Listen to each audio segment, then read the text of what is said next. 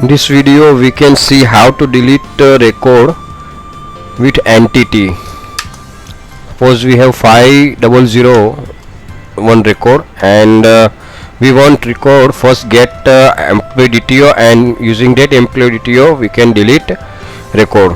So simply one method here for a repository delete, and in delete method I just pass here employee entity. So internally it is deleted and also it return void, so it not returns but it is a delete the record. So now it's only now we can see and start application and see it is working fine. Now application start and we have 500 record. So now see here and we delete file here.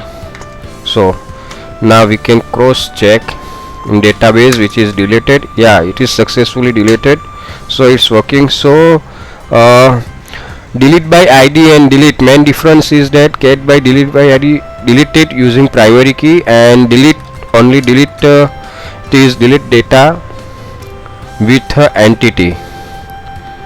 So yeah, that's it.